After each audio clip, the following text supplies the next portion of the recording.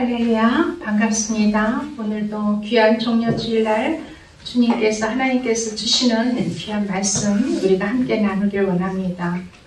한 주간을 고난주간으로 우리가 섬기면서 오늘은 고난을 맞는 자에게 찾아오시는 주님이라는 제목으로 우리가 말씀을 나누기를 원합니다. 우리가 살다 보면은 하나님의 자녀이든 아니든 많은 사람들에게 고난이 다가와요. 우리의 인생 속에서 많은 고통 중에 만나게 됩니다. 그럴 때 하나님은 과연 우리를 그 고통 중에서 우리를 어떻게 이끌어 가시는가, 그것을 한번 묵상해 보는 시간을 갖겠습니다. 오늘 말씀은 창세기 16장 1절로부터 16절까지의 말씀입니다. 오늘 말씀 창세기 16장 1절로부터 16절까지 좀 길지만 저와 여러분이 한 절씩 교독하시겠습니다. 창세기는 성경 제일 첫 장, 구약성경 제일 첫 번째 책이죠. 16장 1절로부터 18절.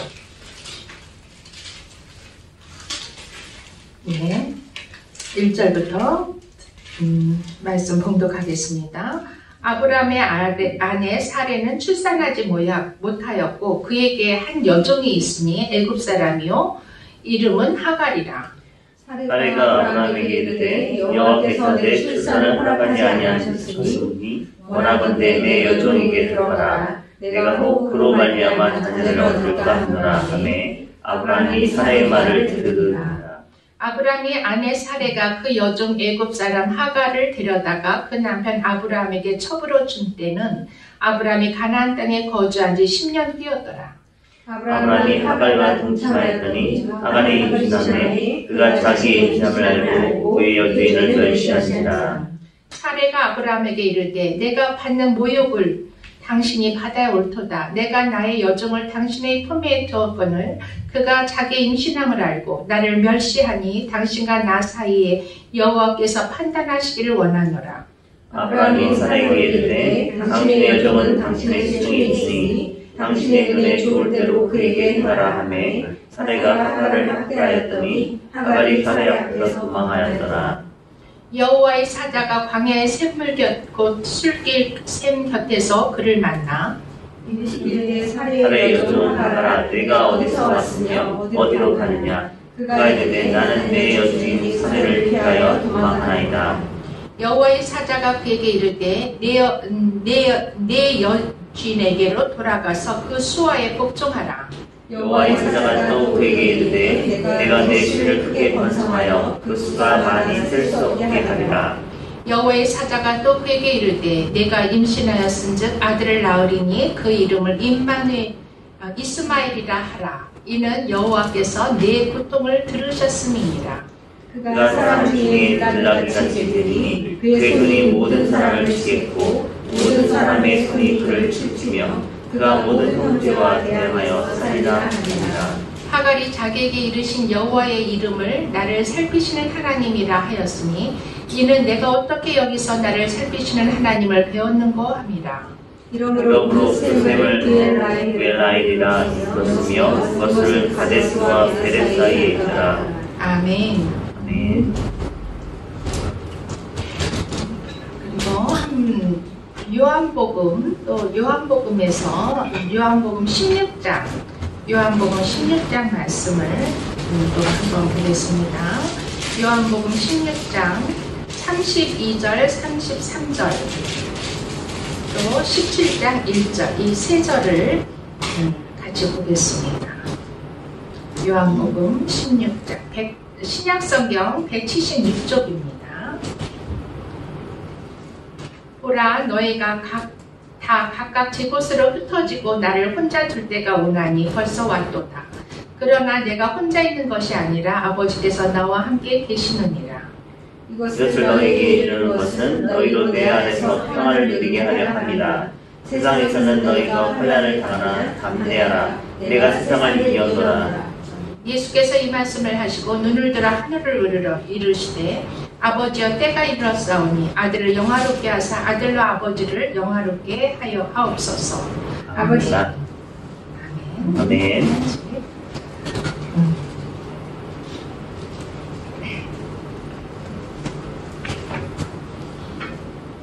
이 창세기의 16장에 있는 하갈을 통해서 우리가 만난 고난, 어떠한 고난을 우리는 또 만나고 있는지 보게 됩니다. 이 말씀대로 하갈은 하나님의 뜻밖의 이 하갈은요, 아브라함과 사레가 그 가나안 땅에 흉년이 들어서 먹을 것이 없게 되자, 그렇게 되자 애굽 땅으로 가잖아요.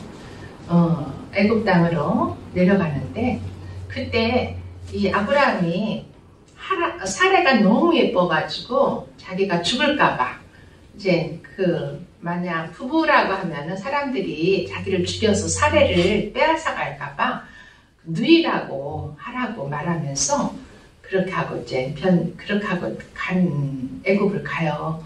그랬더니 진짜 너무 진짜 예뻤나 봐요. 사레는 특별히 예뻤나 봐요. 그래가지고 애굽에 있는 바로의 신하들이 사레를 이제 바로에게 데려가요. 그래가지고 이제 바로와 함께하게 만들으니까 그때 이제 하나님께서 그날 밤에 굉장히 진노하셔가지고 그 죄를 짓도록 용납을 안 하시는 거예요.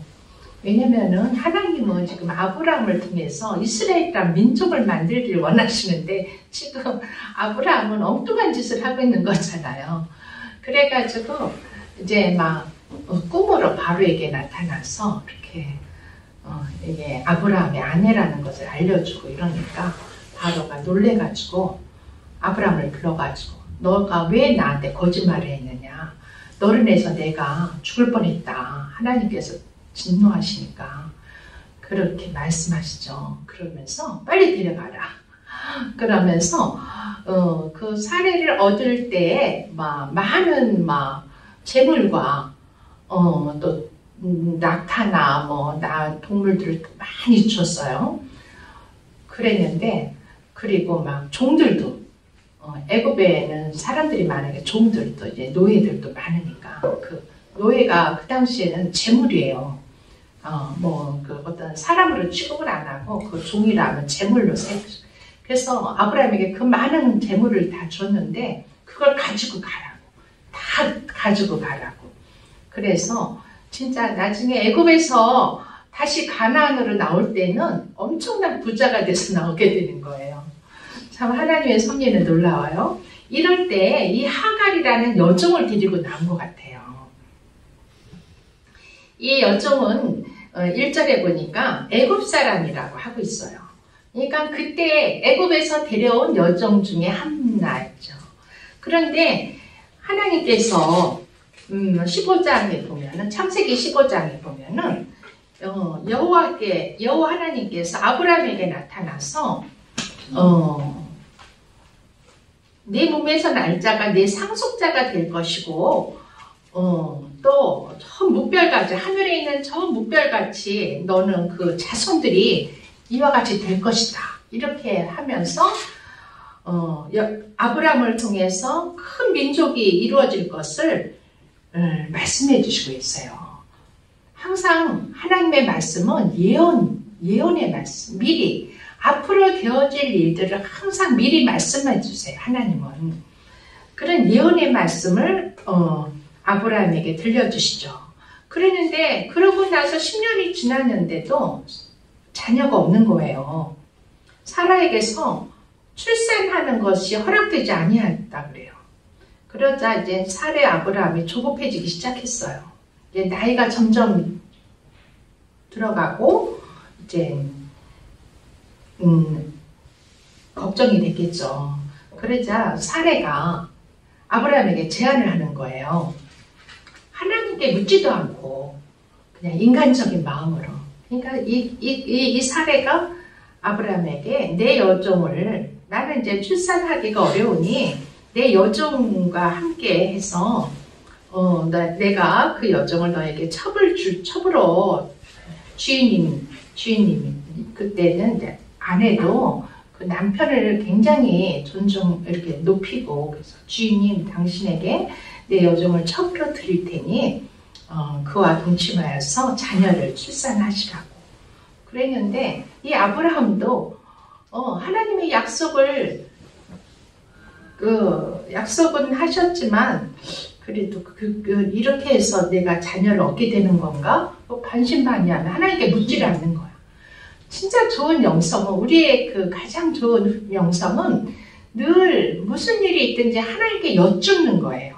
하나님께서는 우리의 말에 귀를 기울이고 계세요, 항상. 그래서 우리가 하나님께 여쭈면 하나님께서는 거기에 대해서 응답을 항상 해주세요. 그런데 이들은 하나님께 여쭙지도 않고 자기네들의 생각대로, 이게 바로 인본주의예요. 인본주의.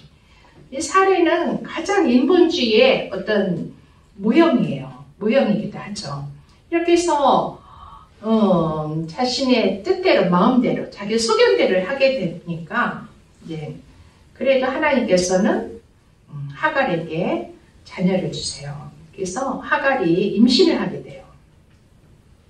그러자 생각지도 않은 일이 벌어졌어요. 사레에게 이 임신한 여종, 애굽의 여종 하갈이 여주인 사레를 멸시하는 거예요. 이 멸시한다는 것은 무시한다는 거예요. 아유, 아브라함 아내지만 여자 부실도 못하는데 당신 무슨 주인이냐 막 하면서 막 비웃고 무시하는 행동을 하는 거예요. 그러자 사레가 너무 화가 났어요. 그래가지고 아브라함에게 찾아가서 어떻게 이럴 수가 있느냐, 나와 당신 사이에서 여호와께서 판단하시기를 원한다 하고 그때서 여호와 하나님을 들먹이는 거야 또. 그러자 아브라함이 참 젠틀한 사람이었던 것 같아요. 그래, 하갈은 너의 종이니 너의 눈에 좋을 대로 행하라. 나는 상관하지 않는다. 이렇게 말하니까 이제 사레가 막 사기가 등등해가지고 하갈을 막 학대하는 거예요. 아브라함의 자녀를 임신했는데도 불구하고 사레의 학대가 너무 심해져가지고 이 하갈이 도저히 견딜 수가 없어서 도망치는 거야. 도망갈 수밖에 없을 정도로 그렇게 학대를 했어요. 그러자 이젠 사레가 그 아브라함의 장막에서 나와서 도망을 가게 돼요. 그것이 지금 우리가 읽었던 말씀 중에 있죠. 그렇게 우리는 우리 인생길에서 이렇게 고난을 만날 수가 있어요. 생각지도 못한. 하갈은 자기가 원해서 임신한 것도 아니고 사레가 그렇게 하라고 그래서 순종한 건데 억울하죠. 우리가 받는 고난에는 두 가지 유형이 있다고 그래요. 한 가지는 나의 죄 때문에. 여기서 하갈은 잘못된 것 있죠. 그쵸? 사레를 고마워하고, 아브라함의 씨를 잉태하게 했으니까 고마워하고, 오히려 더 사레의 여주인을 섬겨드리고 존중해줬으면 이런 고난을 당하지 않았을 텐데, 그에게 교만한 마음이 스며시 들어온 거예요. 마치 에덴 동산에 하와가 뱀의 유혹에 넘어가서 저 선악과를 먹으면은 너의 눈이 밝아져서 선악을 구별하게 되고 하나님처럼 될 거다 하고 유혹을 하자 그 마음에 교만한 마음이 들어온 것처럼 이 하갈에게도 그 교만한 마음이 들어왔어요. 이렇게 하나님의 말씀을 떠난 자들에게는 항상 이렇게 죄가 들어와요. 가장 큰 죄는 내 안에 하나님을 왕으로 모시지 않고 내가 주인이 되고 내가 왕이 되는 거. 이것이 가장 큰 죄라고 하나님은 성경 말씀에서 말씀하고 계세요. 우리의 죄 중에 가장 큰 죄는 예수 그리스도를 알지 못하는 죄, 하나님을 알지 못하는 죄가 가장 큰 죄예요. 그런데 이 교만함, 이 하갈의 교만함은 교만함으로 인해서 그는 고통을 당하게 되는 거죠. 고난을 당하게 돼요. 두 번째 고난의 유형은 예수님이 당하신 고난이에요. 아까 요한복음 16장, 똑같이 창세기도 16장에 있고 요한복음에도 16장에 있네요.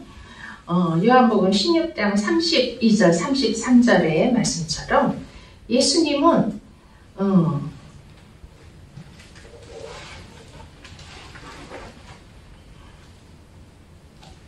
이제 우리 하나님의 뜻을 수행하기 위해서 이 땅에 오셨잖아요.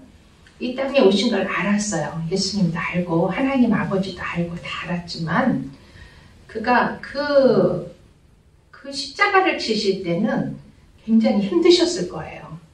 십자가야말로 가장 큰 고통과 고난의 극치예요. 극치라고 할 수가 있죠.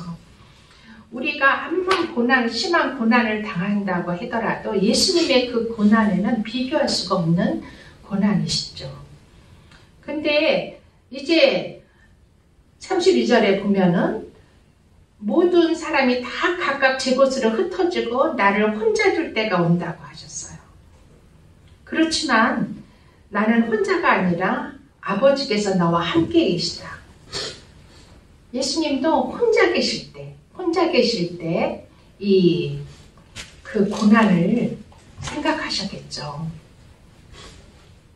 지금 이 말씀은 이제 예루살렘에 들어가서 십자가를 져야 되는 그 순간, 지금 아직 예루살렘 성에 입성하지 않은 그 전날 밤에 예수님께서 그 겟세마네 등산에서 하나님께 기도하는 그런 기도하시는 그 상태를 보여주고 계세요. 그런데 이것을 말하는 것은 너희로 내 안에서 예수 그리스도 안에서 in Jesus 영어로는 계속 in Jesus 이 말씀 많아요. 예수님 안에서 너희가 평안을 누리게 하려고 이것을 말한다고 말씀하고 계세요. 이 예수님의 그 십자가는 우리를 죄로부터, 사망으로부터, 사단으로부터 우리를 해방시키시는 그런 십자가였고 세상을 이기시는 십자가였어요. 그리고 이 십자가는 예수님 스스로 누가 시켜서가 아니라 예수님이 죄가 있으셔서가 아니라 이 하갈처럼 자신이 교만한 죄를 범함으로 고난당하는 것이 아니라 아무 죄가 없으신 예수님 자신이 자진해서 그 고난의 십자가에 걸어가시는 거예요. 그런데 그 예수님은 참 그 고난의 극치를 바라보면서 자기가 당할 그 고난을 생각하면서도 그때 아버지를 영화롭게 하기를 원합니다. 그리고 그 영화로서 나를 영화롭게 해주세요. 이렇게 또 그 천상을 바라보고 하나님의 그 영광스러운 모습을 바라보시는 거죠. 그것이 17장 1절에 있는 말씀이세요. 이게 고난당하는 자의 두 가지 유형이죠. 예수님은 철저히 많은 사람을 위해서 자신을 내어드리는 그 십자가의 고난을 당하신 거죠. 그런데 이 하갈은 지금 도망 나왔어요. 그 아브라함의 장막에서 도망 나왔는데 그때 이 장막에서 도망 나와서 아마 어디를 사막을 헤매고 광야를 헤매고 있었던 것 같아요. 광야에서 도망 나와서 갑자기 그냥 얼떨결에 막 도망 나왔는데 나와보니까 광야인 거야. 그럼 얼마나 무서웠겠어요. 그때가 또 밤이라면 더 무서웠겠죠. 광야에는 많은 독사들도 있고 무서운 그 추위와 그런 게 있잖아요. 또 한참 도망치다 보면 엄청나게 자기가 준비한 것 없이 그냥 맨몸으로 나왔을 텐데 얼마나 갈증이 나고 목마르고 배고팠겠어요. 그런데 그때 7절에 보면은 여호와의 사자가 광야의 샘물 곁, 그 술길 샘 곁에서 그를 만나 이렇게 말하고 계세요. 여호와의 사자, 여기서 나오는 여호와의 사자는 예수 그리스도를 말해요. 예수님. 예수님이 도망한 하갈을 찾아와 주시는 거예요. 우리는 이렇게 하갈처럼 인생에서 여러 가지 모양으로 고난을 당하고 고통스러울 때가 있어요. 그런데 우리를 그냥 내버려 두시는 게 아니에요. 우리 예수님이 그 고난을 너무너무 잘 아시기 때문에 고난 속에 우리를 그냥 버려두지 아니하셔요. 가장 그 고난의 극치를 맛보신 분은 바로 예수님 자신이시기 때문에 우리의 고난에, 우리가 어떠한 상황의 고난에 닥칠지라도 우리를 버려두지 아니하세요. 그 고난의 현장에 우리가 주님께 나아가는 것이 아니라 주님이 우리에게 찾아와 주시는 거예요. 그래서 주님의 만나주시는 거예요. 하갈을 만나주십니다. 절대로 하나님의 성품은 절대로 우리를 고통에 처한 우리를 외면하시는 그런 분이 아니세요. 하나님은 사랑이세요. 우리가 사랑이시기 때문에 우리에게서 고통을 그냥 건너뛰라고 넘어가라고 그렇게 하지는 않으세요. 왜냐하면 우리에게 이 고통이 필요하기 때문에 하나님은 허락하실 때가 있어요. 그러면 그때 하나님 왜 나에게 이런 고통을 주세요? 나에게 왜 이런 고난을 허락하시는 거예요? 하고 우리는 원망할 수가 있죠. 그렇지만 그 고통의 원인은 아무도 알 수가 없어요. 나 자신도 모르고 그 누구도 알 수가 없어요. 그렇지만 오직 하나님만이 알고 계세요. 하나님만이 우리에게 고난을 허락하시는 이유를 알고 계신 거예요. 그렇기 때문에 우리는 그 하나님께 겸손히 무릎 꿇고 나아갈 수밖에 없어요. 우리는 그 고난당할 때 내 힘으로 내 능력으로 어떻게 이겨봐야지, 내가 이것을 어떻게 해서든지 넘어가 봐야지 이렇게 할 필요가 없어요. 우리는 그 주신 그 고난을 달게 받는 수밖에 없어요. 여기에서 8절에 말씀하고 있어요. 이 여호와의 사자가 사레의 종 하갈에게 이르되 내가 어디서 왔으며 어디로 가느냐? 그가 이르되 나는 내 여주인 사레를 피하여 도망하나이다. 9절에 여호와의 사자가 그에게 이르되 내 여주인에게로 돌아가서 그 수하에 복종하라. 예수님께서는 그 고난을 피하지 마라. 그 고난을 피하지 마라. 네가 그냥 직접적으로 그 고난과 싸워 이겨라. 그렇게 말씀하시는 거예요. 그리고 궁극적으로 너는 어디서 와서 어디로 가느냐 하고 첫 번째 질문을 하세요. 예수님이 우리를 만나실 때 너는 과연 어디서 왔냐? 너는 과연 어디로 갈 거냐? 우리 각자에게 이렇게 물어보십니다. 그 질문에 답할 수 있는 우리가 되기를 원합니다. 우리는 내가 원해서 이 땅에 온 게 아니에요. 그건 확실하죠.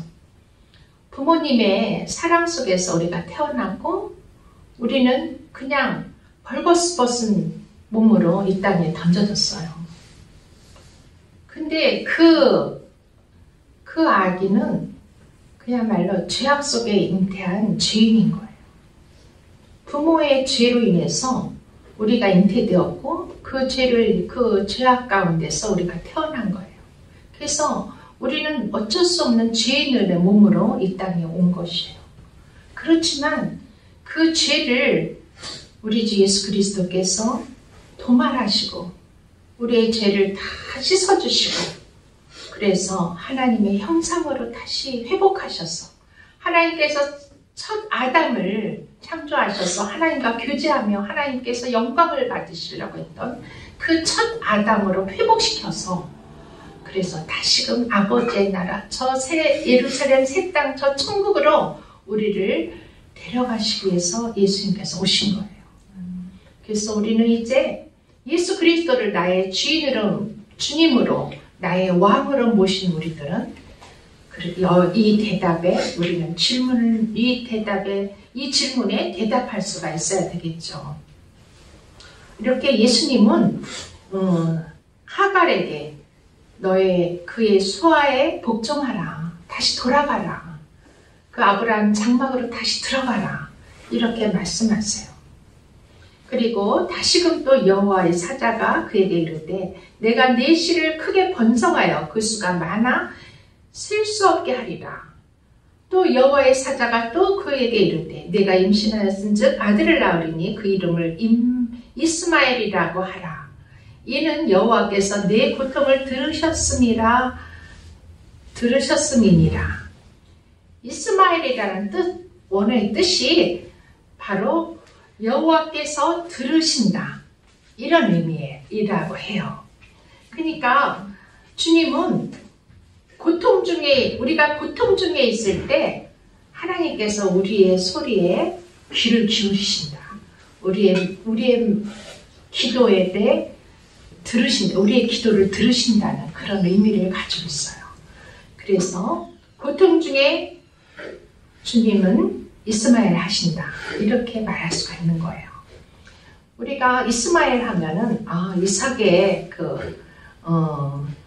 배다른 형, 그가 아랍의 조상이 되고 지금도 이슬람의 그 조상으로서 유대인들을 괴롭히는 그런 아랍의 조상, 이렇게 그걸 알려주기 위해서 이거를 말씀하시는 그게 아니에요. 지금 이스마엘이라는 뜻은 하나님께서 들으신다. 하갈의 그 고통, 부르짖는 소리를 하나님이 들으신다는 뜻으로서의 이스마엘이라고 그 아들의 이름을 주신 거예요. 그리고 우리가 이 고통의 길을 걸어갈 때도 하나님께서는 우리에게 단단히 그 귀를 기울이시고 우리를 향해서 귀를 기울이시고 우리에게 말씀을 하신다는 것을 알려주고 있어요.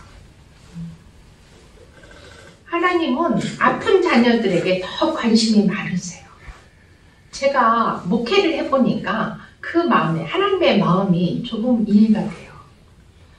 그냥 편안한 성도님들은 물론 기도는 하지만 그렇게 절실한 기도가 사실 그렇게 되진 않지만 고난당하고 아파하는 성도들은 그냥 진짜 그 아픔을 가지고 제가 기도를 하게 되더라고요. 하나님도 아마 더 그러실 거예요. 고통 중에 있을 때 이 사람이, 우리 하나님의 자녀들이 고통 중에 있을 때는 하나님께서 가장 많이 들으시는 때라고 해요. 우리 하나님은 참으로 좋으신 하나님이세요. 선하신 하나님이세요. 내가 고통당하는데 누구 하나 나를 위로할 자가 없구나. 하나님은 내 고통의 이 소리를 듣지 못하시는구나. 이렇게 낙심하고 있어서는 안 돼요. 지금 이 말씀을 전하다가 예전에 저희 남편이 말씀하셨던 것이 생각이 나요. 저희 남편이 49살이 됐을 때 40대 후반이 됐을 때 심한 갱년기 우울증이 왔었어요. 저희 남편 목사님은 조금 굉장히 신경이 예민하신 분이에요. 그래서 아마 침도 잘 누우셨던 것 같아. 그런데 그만큼 자신이 육신적으로 갱년기가 오니까 육신적으로도 힘들지만 심적으로도 굉장히 힘들었던 것 같아요. 총체적인 회의가 왔었대요. 신앙에 있어서 하나님을 섬겼지만 그가 고통 중에 부르짖고 기도했던 그거에 대해서 전혀 응답하시지 않는 것 같고 자기의 기도가 그냥 메아리 쳐서 도로 자기한테 되돌아오는 것 같이 하나님이 응답하시지 않는 것 같아서 너무 슬펐대요. 그리고 또 부모님에 대한 그런 상실감, 또 그때 자녀들이 우리 현진이가 중학생, 동겸이가 고등학교를 들어가면서 갑자기 우리 보금자리를 떠나게 됐어요. 두 녀석이 다 한꺼번에 타지로 학교를 다니게 된 거죠. 그 그러면서 이제 아들이 아프니까 또 아들의 병을 얻게 됐어요. 그래서 제가 아들을 위해서 계속 공주로 가 있었고, 그러니까 집이 하루아침에 빈 둥지가 된 거죠. 그러니까 너무 외롭고 힘들었나 봐요. 진짜 홀로 남겨진 것 같은 그런 인생에 외롭고 쓸쓸한 시간을 맞이하셨어요. 그러면서 한의학에 있어서도 굉장히 한의학에 공부를 열심히 하고, 진짜 저는 모든 의사들이 그렇게 다 그렇게 열심히 공부를 하면서 환자를 보는다고 생각을 했어요. 왜 의사는 그분 하나분하고만 살았으니까 다른 사람들 잘 모르겠더라고요. 그랬는데 나중에 알고 보니까 의사들 공부 거의 안 해요. 그냥 학교 학창 시절에 배웠던 거 가지고 그냥 다 그냥 그럭저럭 우려먹는 거예요. 그런데 저희 남편은 너무너무 공부를 열심히 하는 거예요. 그리고 또 나중에는 이제 책을 막 한의학 그 교재가 자신이 학교에서 대학에서 가르치는 학생들의 교재가 없다고, 그게 다 중국 서적이지 한국 국내에서 만들어낸 서적이 없다고 본인이 교재를 만드는 거예요. 그래가지고 거의 뭐 집에는 밤 11시 뭐 10시 넘어야 퇴근하고 한의원에서 열심히 교재를 만들고, 그 젊은 청춘을 다 30대를 다 바쳐서 30, 40대를 그렇게 열심히 공부를 하고 학생들을 가르치고, 그리고 한의원에서도 환자들을 진료할 때 그냥 시험적으로 약을 여러 가지를 연구해서 써보고, 그래서 너무나도 제자들이 우리 한의원에 오면은 원장님의 처방을, 그 교수님의 처방을 이해하지를 못하는 거야. 너무 다양한 약재를 써가지고 처방을 하기 때문에. 그리고 약재실에 가면은 보통 한의원에는 막 20, 30가지면 다 끝이래요. 그거 가지고 뭐 어떤 분들은 한 10가지 정도 가지고 계속 그걸 약을 쓰시는 분들이 있고, 그런데 우리는 뭐 엄청난 수의 약재를 가지고 임상을 하고 계셨기 때문에 제자들이 또 놀리더라고요. 그렇게 열심으로 또 교회는 열심히 또 그렇게 열심히 성실할 수가 없었어요. 또 교회에서는 그냥 있지를 못하고 뭔가를 열심히 하려고 해서 전공도 아닌 그 성가대 지휘를 맡아서 열심히 지휘를 하시고, 그 지휘를 하려면은 성가대 훈련시켜야 되죠. 진짜 너무 어려워요. 그런데 그걸 그렇게 열심히 또 하시는 거예요. 열심히 하나님을 섬긴다고 하지만은 진정 영이신 하나님을 만나지, 성령 하나님을 만나지 못하고 본인의 열심과 노력으로 신앙생활도 하고 있었던 거예요. 그러자 이 갱년기가 오면서 총체적인 회의가 오면서 우울증이 그냥 들이닥쳤는데, 그 우울증의 정도가 너무 심해서 하루에 2-3시간을 잠을 못 자는 거예요. 그렇게 힘들 때 진짜 하나님께서 찾아오시더라고요. 하나님께서 그 아들을 찾아와 주시고, 어느 날 외국 목사님, 선교사님 내외에 기도를 받았는데, 자신이 그동안 기도했던 그 기도의 순서가 있었는데, 그 순서를 틀리지 않고 하나하나 그 선교사님 내분이 그 기도에 응답을 해주시는 걸 듣고, 거기에서 펑펑 진짜 막 콧물을 줄줄 흘리면서 눈물과 콧물이 뒤범벅이 되면서 눈물을 흘리면서 기도를 받으시는 모습을 난생 처음으로 저와 저의 현진이가 목격을 하게 됐어요. 너무나도 놀랐어요. 도대체 무슨 일일까? 나중에 말씀하시는데, 하나님은 내 기도를 다 듣고 계셨구나. 나를 다 알고 계셨구나. 그것을 거기에서 깨달으신 거예요. 그러면서 그 영이신 성령님을 사모하기 시작했어요. 그렇게 하나님은 고통 중에 있는 우리를 그냥 방관하지 않으세요. 그리고 그 가장 큰 고통 중에 있을 때 주님도 우리에게 오셔서 그 가장 많이 우리의 기도를 들으신다는 거죠. 너무나도 감사하신 주님입니다.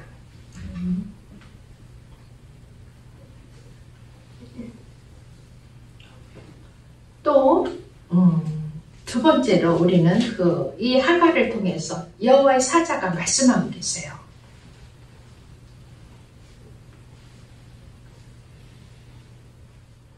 13절에 13절, 14절에 말씀하고 있습니다. 하갈이 자기에게 이르신 여호와의 이름을 나를 살피시는 하나님이라 하였으니 이는 내가 어떻게 여기서 나를 살피시는 하나님을 배웠는고 함이라. 이러므로 그 샘을 브엘라 헤로이라 불렀으며 그것은 가데스와 베레 사이에 있더라. 이 말씀이 뭐냐면은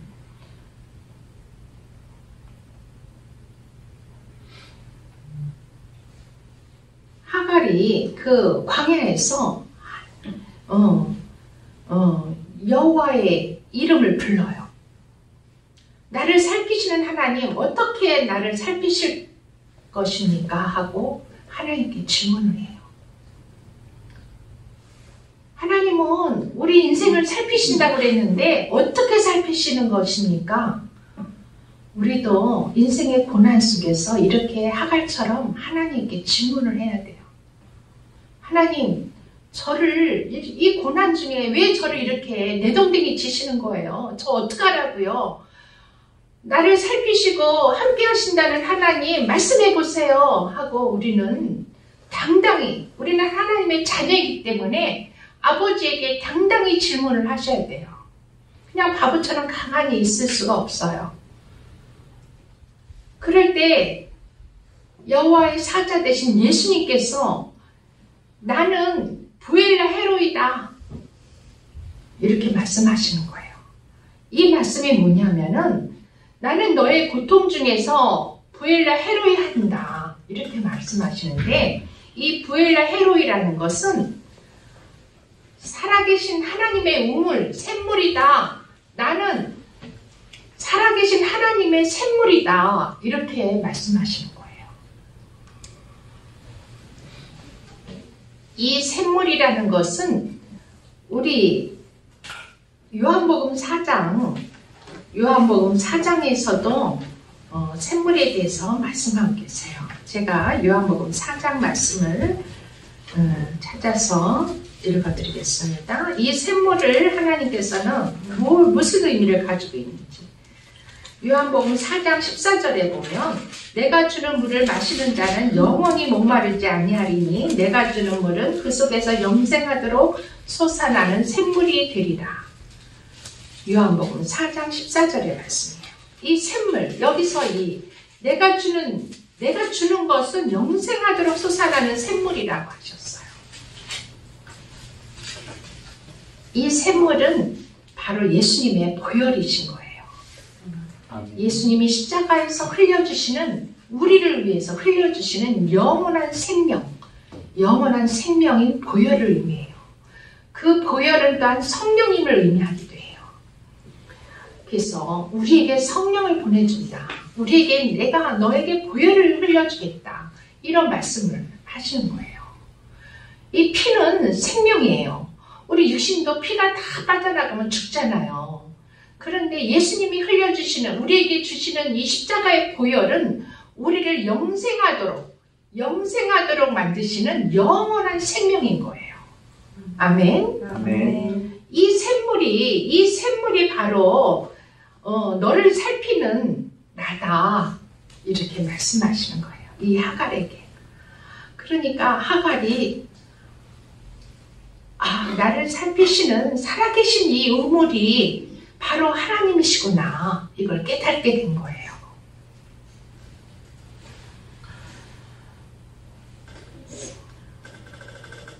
우리는 어떠한 일을 할 때 내 노력으로, 내 힘으로 할 때가 있어요. 그래서 그것이 진짜 그 평상시에 보통은 어떠한 어려움이 닥치면 내 힘으로, 내 노력으로 열심히 하게 돼요.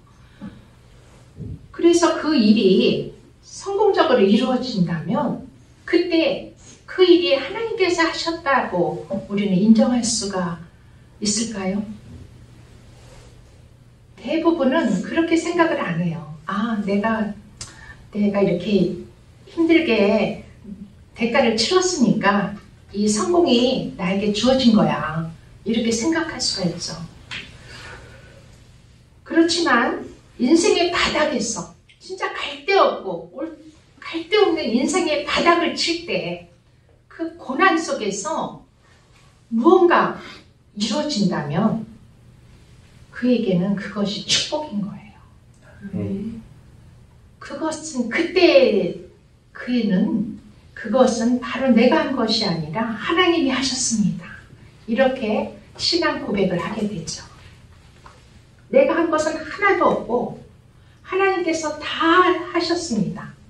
오직 주님이 하셨습니다. 하고 진심으로 그냥 입에 발린 그런 형식적인 말이 아니라 우리의 마음 깊숙한 진심으로 이렇게 고백을 하게 된다면 그것이야말로 진정한 성공자인 것이에요.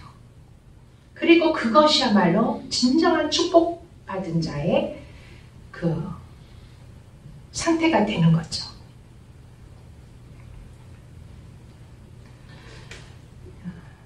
한번 이 세상을 한번 우리 생각해봐요. 이 우주와 이 지구가 형성될 때, 이 우주가 형성될 때는 아무것도 없었어요. 그쵸? 그냥 공허와 무질서와 혼돈 가운데 있었어요.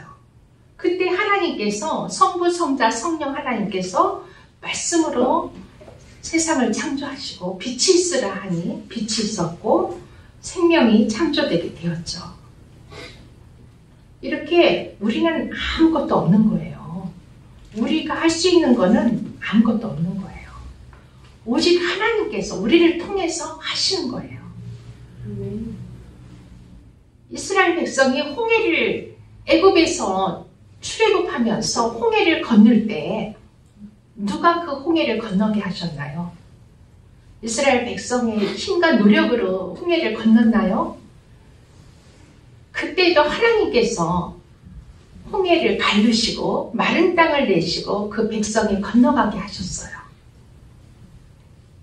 또 홍해를 건너서 이스라엘 백성이 광야로 나왔을 때에도 하나님께서는 그들이 노력을 해서 농사를 지어서 뭘 심어서 수확을 거둔 것이 아니라 그들에게 만나를 주셨고 그들에게 고기가 없다고 한탄을 할 때 메추라기를 보내셨고 물이 없어 갈증을 느낄 때 반석을 쳐서 샘물을 내신 그런 하나님이세요. 우리의 인생길, 이렇게 광야 같은 우리의 인생길에도 내가 해서, 내가 노력을 해서 내가 뭔가를 얻은 것 같지만 우리가 얻은 것은 아무것도 없는 거예요. 오직 전능하신 하나님 그분이 하시는 겁니다. 여호수아가 이제 광야를 통과하고 요단강을 건넜어요. 요단강을 건널 때에도 하나님께서 그 요단강물을 멈추게 하시고 그 백성을 가나안 땅으로 통과시켜 주셨어요. 그리고 그 가나안 땅에 들어가서 그 가나안 땅에 있는 7 족속들과 전쟁을 치러야 됐어요. 그럴 때마다 우리가 지난 시간에도 갈렙에 대해서 우리가 말씀을 묵상했잖아요. 그들이 전쟁을 치를 때 그들의 힘으로 그 전쟁에 승리했던가요? 그렇지 않았어요.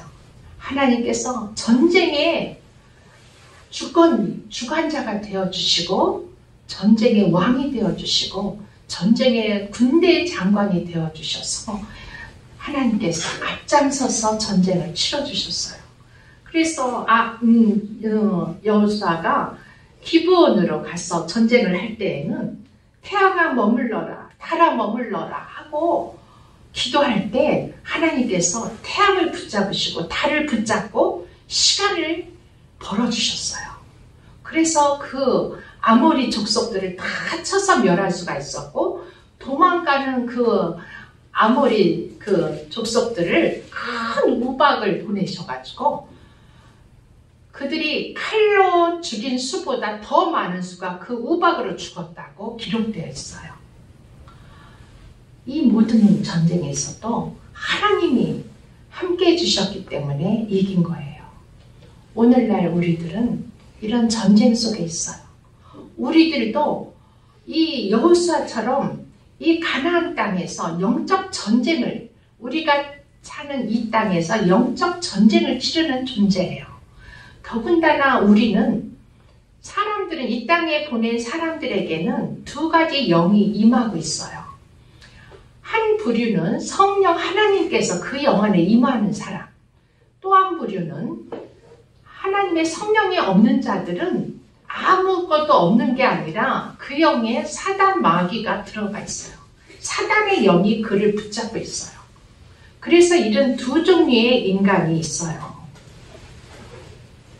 우리는 바로 예수 그리스도를 통해서, 내가 예수 그리스도와 함께 십자가에 못 박아 죽고 내가 예수님이 부활하신 그 부활하심과 함께 나도 부활한다는 믿음의 고백을 한 우리 크리스찬들은 우리 안에 성령님이 거하시는 거예요.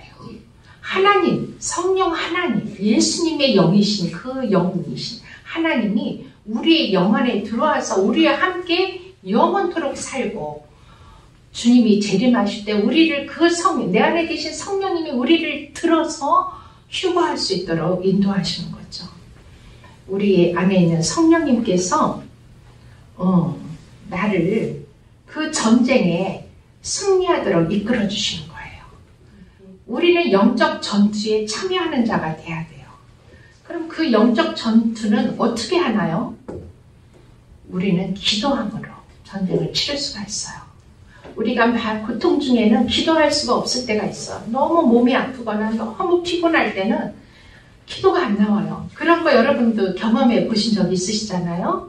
그렇지만 그때에도 우리 안에 있는 성령님께서 말할 수 없는 탄식으로 우리를 위해서 기도해 주세요.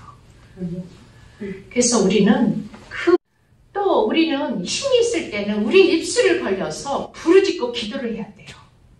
에레미야 33장 한번 보시겠습니다. 구약성경 1105쪽이에요. 구약성경 1105쪽 에레미야서 33장.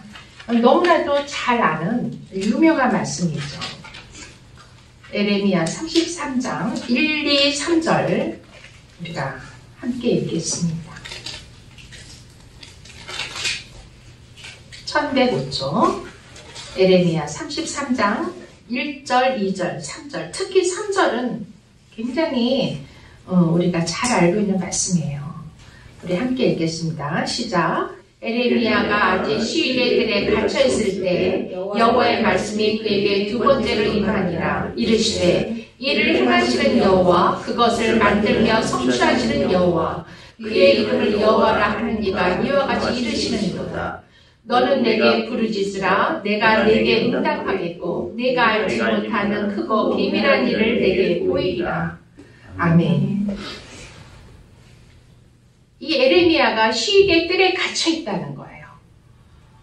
굉장히 어려운, 지금 힘든 고난, 아주 최악의 고난의 상황에 처해 있어요. 이 에레미야만 이런 상황에 처해 있는 게 아니라 이스라엘 백성이 이 고난 속에 있어요. 그럴 때 하나님께서 임하셔서 말씀하세요. 여기서도 이 고난당하는 에레미야에게 하나님께서 찾아와 주세요. 하갈에게 찾아와 주신 예수님처럼 이 에레미야에게도 그 시위의 뜰에 갇혀있는 그 고난에 있는 그 에레미야에게 여호와께 말씀하시는데, 나는 일을 행하는 여호와다. 또 그 일을 만들고 성취하는 나는 여호와 하나님이다. 이렇게 확신을 주면서 너는 내게 부르짖으라. 내가 내게 응답하겠고 내가 알지 못하는 크고 크고 은밀한 일을 내게 보이리라. 하나님은 우리가 부르짖고 기도할 때 그 일을 행하신다고 말씀하세요. 그리고 그 일을 행하시는 것뿐만이 아니라 하나님의 기뻐하시는 뜻대로 성취하시는 하나님이세요. 그래서 내 생각과 너의 생각과 나의 생각은 틀리다고 하신 그런 말씀처럼 너희가 알지 못하고 너희가 생각하는 것보다 더 큰 일을 내가 그 크고 은밀한 일을 너에게 보여주리라. 이렇게 말씀하겠어요. 하나님께서는 우리는 상상하지도 못하고 우리는 생각지도 못한 일을 우리가 주님께 영적 전투에 참여하는 우리 모두에게 기도하는 부르짖는 우리에게 응답하시는 하나님이심을 믿습니다.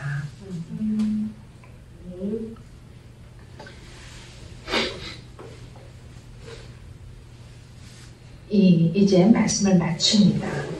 우리가 이 고난 속에서 우리는 그 고난을 피하고 넘어가려고 하지 말고 당당히 우리 안에 있는 성령님과 함께 그분 안에 직면하며 영적 전투에 참여해야 된다는 것입니다.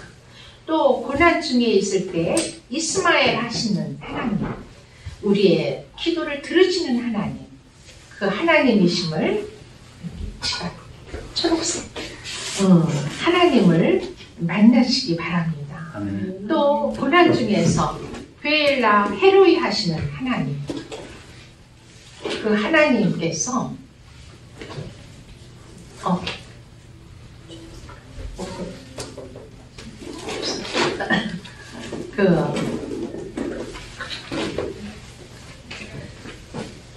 하나님께서 베엘라 헤로이 하시는 하나님께서 우리를 살피시고 우리가 하나님은 살아계신 샘물이다 이런 것을 알려주시는 것을 우리가 기억하시며 다 같이 기도하시겠습니다.